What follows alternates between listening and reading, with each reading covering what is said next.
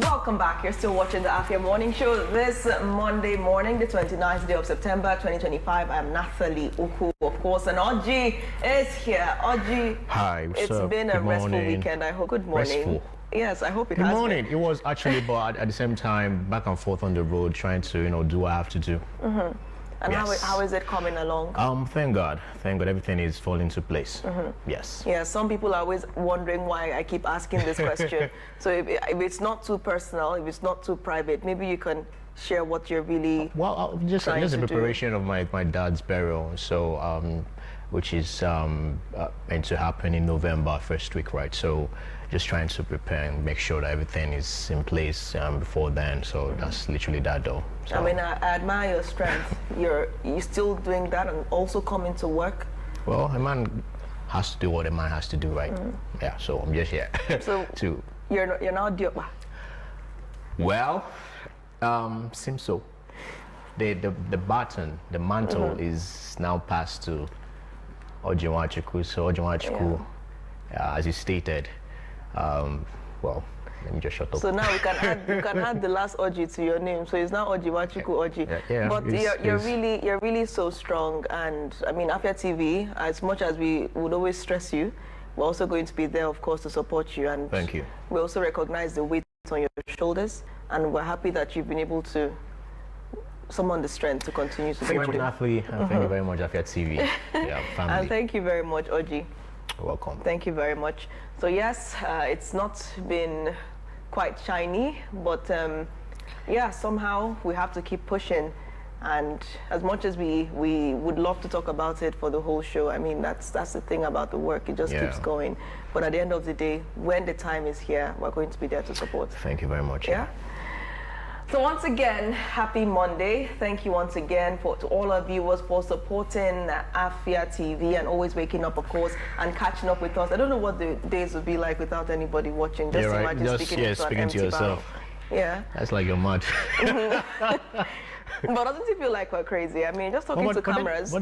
Well, I the way the job goes, right? You personalize the camera as a human being and just have a conversation. Yeah, so I'm conversing with the camera, but I'm conversing with you. Literally. So if you were to converse with one viewer, what would be his or her name in your head?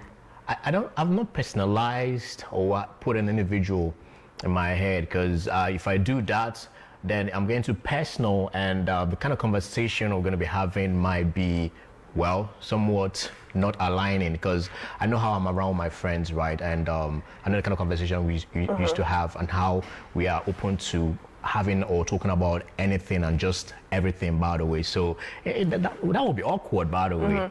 So you can't think of a name that I don't want to personalize or put a name to it, by the way, because if I do that, maybe for the rest of this show, right, I would be having a conversation with that individual, and it might be awkward, because I might come out of my show more. Not like I'm hiding in a bad way, but yeah. Well, if let me whip up one person's name, just randomly selected. I'm just rolling dice in my head right now. I'm talking to Miriam. Yes, I'm talking to Miriam. So let me just call that name, Miriam. Yes. So let me just imagine this camera is Miriam. So how do you converse with Miriam? You just said it. That's my mother. I know. So, your mother. So yes, I'll call that. Let me just imagine this camera is Miriam and just keep talking to my mother. Then it's too personalized then, because I've said in there, I know the kind of conversation you're going to be having with your mother, very personal conversations and all that stuff. So who are you talking to? If you imagine your camera were a human being, who would that human being be? Right now? One name, yes. Who would that be? Natalie, there are a lot of people in my head right now, but I don't want to call a name. Okay. All right, so let's leave it at that. So let's head on now. We'll look at newspaper headlines this morning. And of course, as we progress, our guest will be joining us from Abia State to share his views, his commentary on the most talked about stories, as Nigerians may be bracing up for yet another strike, judging by what's happening between Dangote Petroleum Refinery and Pengasin. The senior staff members come with senior problems. Let's look at the headlines today. The Punch: marketers fear fuel price hike as Pengasin strike begins. Oil Union orders shutdown of power plants, alleges military foiled crude supply stoppage. TUC threatens strike, members on standby. Federal government intervenes to meet Pengasin today. Petrol exports hit 371 billion naira amid heavy import reliance. Pro-weekend lawmakers absent at Fubara's Independence Thanksgiving. Police rescue trafficked Ghanaian, arrest 5 in Ogun. Osun PDP APC clash as federal government releases local government allocation. 2027 NGE warns politicians against personal attacks. Christians not endangered or marginalized, federal government tackles critics. Adamawa ADC gives Atiku ultimatum to pick membership card. On Nigerian Tribune, federal government has paid Osun State local government allocations into APC members' accounts, Nolge reveals. Describes action as bizarre, scary, unprecedented. APC slams Nolge, says allocations were paid into local government councils' accounts. PDP challenges APC to disclose accounts into which local government allocations were paid. Oba Ladoja unfolds economic plan for Ibadan land. Federal government summons Pengasin Dangote to reconciliation meeting as TUC mobilizes affiliates for nationwide action. NDLEA arrests 2 drug kingpins with consignments of cocaine, heroin, meth in Lagos. Over 90% of Nigerians are still uninsured despite NHIA Act, according to Falano. Security operatives rescue 8 kidnapped victims in Kogi. And from Nigerian Tribune to The Guardian, Nigeria risks 14.7 billion naira daily loss, fuel crisis as Dangote Pengasin rift deepens. Insecurity, ADC says Tinubu unqualified to seek UNSC seat. Federal government others urge unity, shared responsibility at 65th Independence Service. Resident doctors issue federal government 30-day ultimatum over unmet demands. Bandits kill 10, kidnap several in Kwara. Federal government dismisses religious terrorism allegation. Punishing suicide attempts undermines mental health reform. SEC warns of AI investment scams targeting Nigerians. Otedola asks federal government to release subsidy panel report on mask rail beneficiaries. On Daily Independent, experts say much remains to be done despite Nigeria's GDP jump. There's no religious genocide or persecution in Nigeria, according to federal government. Florida property allegations. I have nothing to hide, Wike insists, says Showore being sponsored to tarnish his name. Action urged to protect local farmers, boost food self-sufficiency. 15 trapped, 13 dead in Zamfara mine collapse. Federal government leads rescue operations. FG summons Pengasin Dangote refinery over fresh face-up. Serap gives Tinubu 7 days to reveal selection process for new INEC chairman. Otedola to Umar Sani, I was whistleblower, not beneficiary of subsidy fraud. Business mogul narrates how he alerted Jonathan Saraki. Vows to pursue 1 billion naira damages against ex-presidential aide. On the Daily Times, federal government urges Pengasin to shelve strike, resolve feud with Dangote. Allegations of genocide against Christians, false, divisive, according to minister. ADC to Tinubu, seeking UN Security Council seats baseless without securing lives of Nigerians. Withdraw appointments of APC members as Rec. Serap tells Tinubu. Rabies Day. 70% of dogs in Nigeria require vaccination to contain rabies. CBN boosts the naira with $70 million foreign exchange sales as reserves hit $42.2 billion. SEC raises alarm over AI-generated investment scams. Okay, starting from Daily Trust. Dangote Pengasin feud. Nigerians oppose service disruption. Otedola to Umar Sani. Your claims on subsidy falls. Zenon took nothing from FG. Gunmen killed 12 in fresh Kwara attack. PENCOM raises PFA's capital to 20 billion naira. 2027 Jonathan will contest. Return to Villa, says Ghana. FG others counter claims of Christians persecution in Nigeria. Moving over to this day, Ghana. Nigerians now know the difference after Buhari Tinubu want Jonathan back, says ex-president will contest 2027 poll in PDP. Niger PDP elects new officials. FG wades into Dangote Pengassin dispute as union begins strike action. Oil workers direct shutdown of gas crude supply to refinery. Refineries management says Pengassin's action lawless. This one says NULGE. FG has paid Osun State's LG allocations into accounts operated by sacked APC chairman, councillors. And moving over to, FG rubbishes international claims of religious genocide in Nigeria. Idris says over 13,543 terrorist criminals neutralized, discloses 10,000 hostages rescued. Moving over to Vanguard. Toxic harvest. Hazardous pesticides harm food production. Export, says experts. INEC disclosed detail of selection process for Yakubu successor. Sirap asks Tinubu. Jonathan will contest return to Asu Rock in 2027 on PDP ticket, says Jerry Ghana.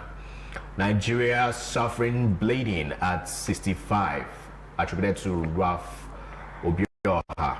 No genocide against Christians in Nigeria, says FG, as strike begins today. Federal government wades into Dangote Pengassin face-off. Dangote blasts Pengassin. Only recall of members can stop strike, says Pengassin.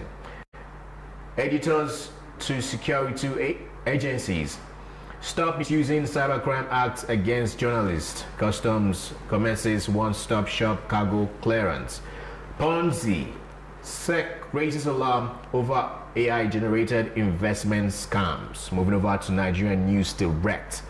Mixed reactions as FG releases withheld allocations to Osun APC LG chairman, as NULGE insists action is illegal, alleges plot to destabilize states. APC chiefs union as arm of PDP. Uncertainty as Atiku Obi orders stall ADC membership over presidential ticket, as Mark insists on membership open primaries. Nationwide blackout looms as gas suppliers shut thermal plants, as FG assures of swift resolution of Pengassin Dangote refinery dispute. Oyetola at 71 walk doing the talk. Major Amcon sold shares to existing investor, not to Providus Bank, says Unity Bank, as they clarify. So once GCEO calls for security frameworks to unlock Gulf of Guinea's $800 billion energy potential. Moving over to the last one right here, the matrix. Recapitalization. Clock ticks as banks scramble to meet CBN's deadline.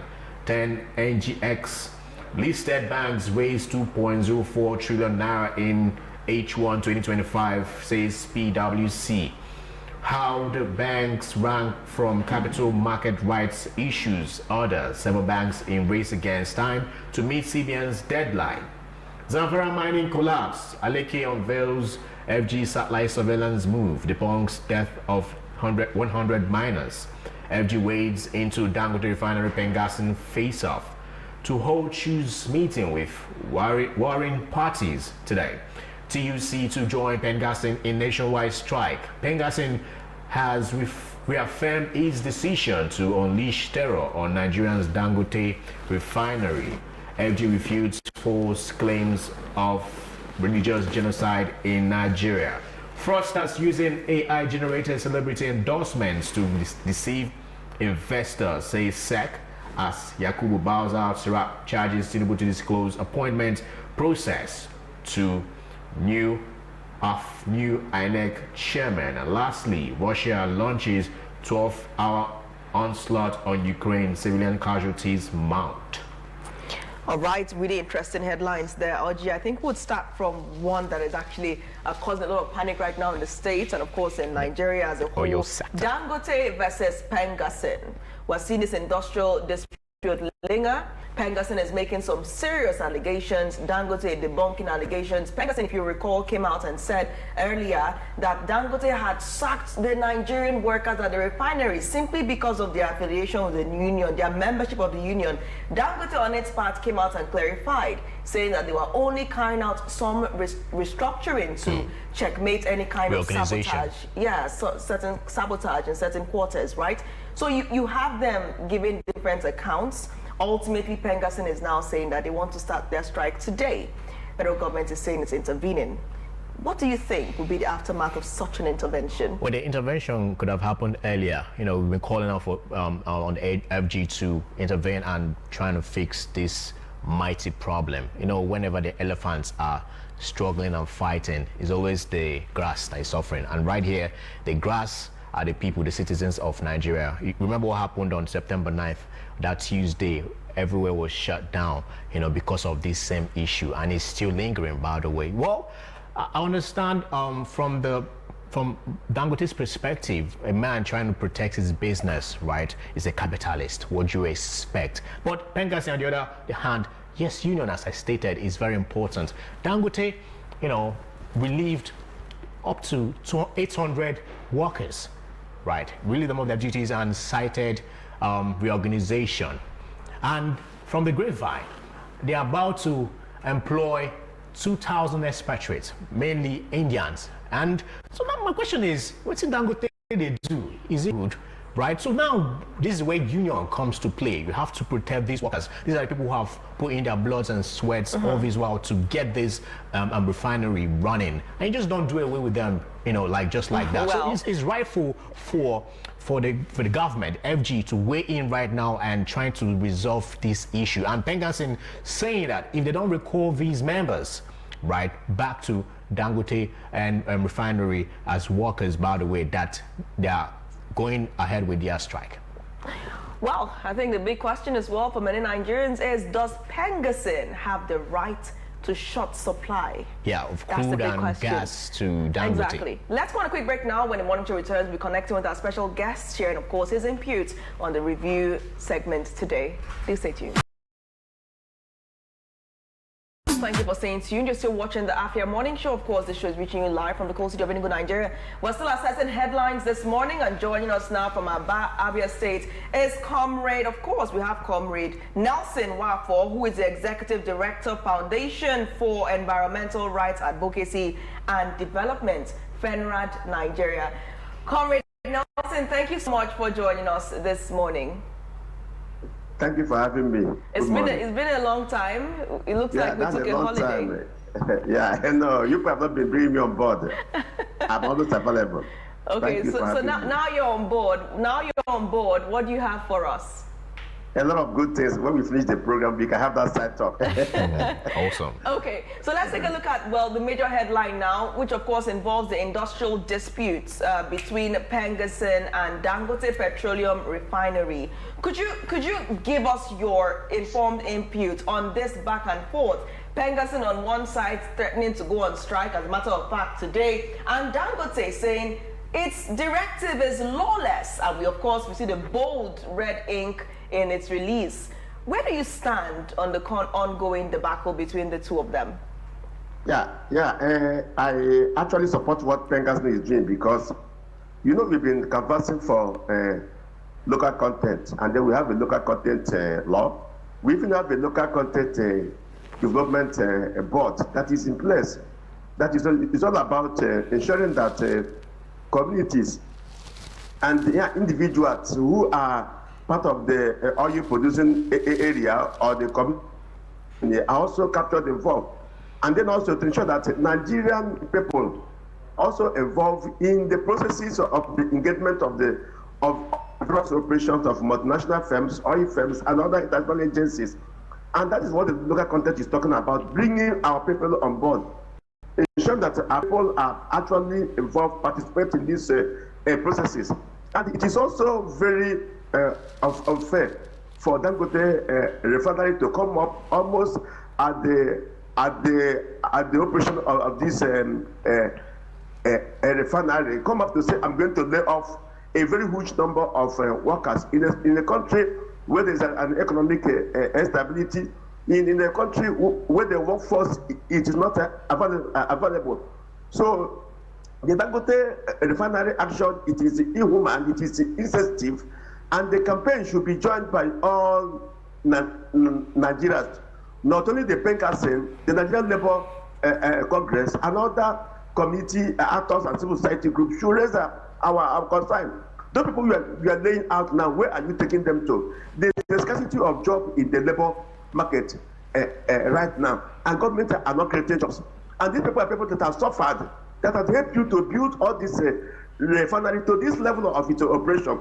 And now you have not decided to bring up a foreign expatriates who are not a part of the operations, who did not start this process, who do not support the coming on stream of this refinery. So it's an insensitive action, and it is highly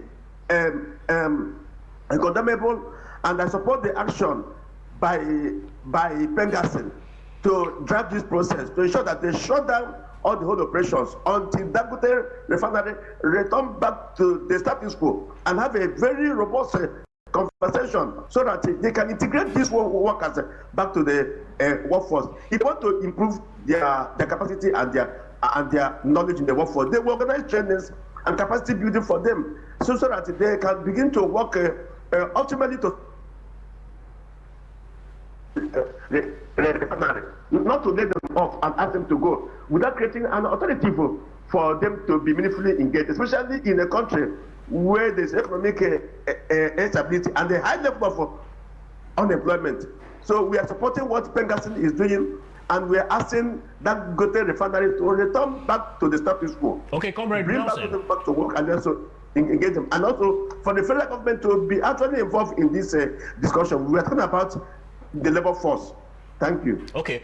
Let's put into consideration too that Dangote is a private business, and doesn't Dangote have the right to choose who wants to work for him and all that? Can we actually put that in perspective too? Yeah, we should also look at the contractual agreement.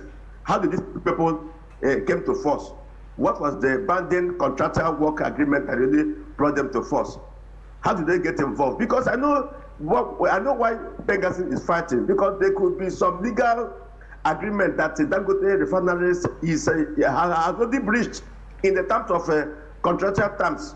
You cannot just say we are laying you off, because I know that before they were employed, there was some legal agreements that were put in place, and you cannot operate without entitlement with our labor laws. We have a labor laws in this country that guides about operation, employment, recruitment, and retreatment. And when you just wake up and say, because you're a private investor and you want to let people off who has already helped you, it's never done. So I think it is time for the Nigerian Labour Congress and other groups, PENCASIN, NUPEN, and other groups, they should put a lot of pressure on Dangote refinery so that they will come in back to the status quo, have a conversation, and also agree on the way forward, especially in a country where there's no labor employment. Okay, let me put this to perspective. As they stated, they said reorganization. The layoff is there was no place stated indefinite. By the way, they say reorganization. So apparently, they want to reorganize their institution. Don't you think that maybe somehow the reorganization means that they want to fix one or two things, then trying to put everything into perspective, both the expatriates and the Nigerian workers? Yeah. I'm also concerned because of it. Yes, organization has the right to reorganize, to restructure, and to ensure that the operations are getting more effective and more competitive. But my worry, I'm looking at the human rights angle, at the human face of this engagement, because you cannot just say you are laying off a very huge number of workers at some point. You can do it phase by phase.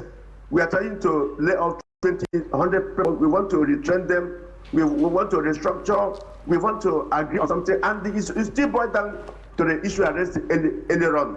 What was the contractual agreement? What did they agree before they come into the workforce?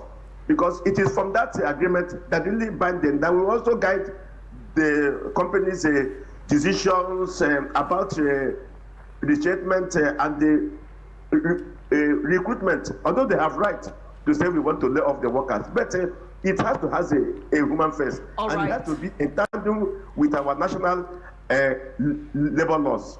Thank you. All right, thank you so much, Comrade Nwafor, for joining the review this morning. Unfortunately, we are out of time, so we have to call it a wrap for this segment. Thank you once again for joining us, and we hope we can connect more, and we don't have to go on that holiday anytime soon. Yeah, definitely. This is the only holiday we don't want to go on. yeah, definitely. Thank you for having me. Thank you so much. Bye. Bye. All right, we're going to a quick break now, and when we return, we'll take stories from, of course, from Lagos, and also we'll go around the region. Stay tuned.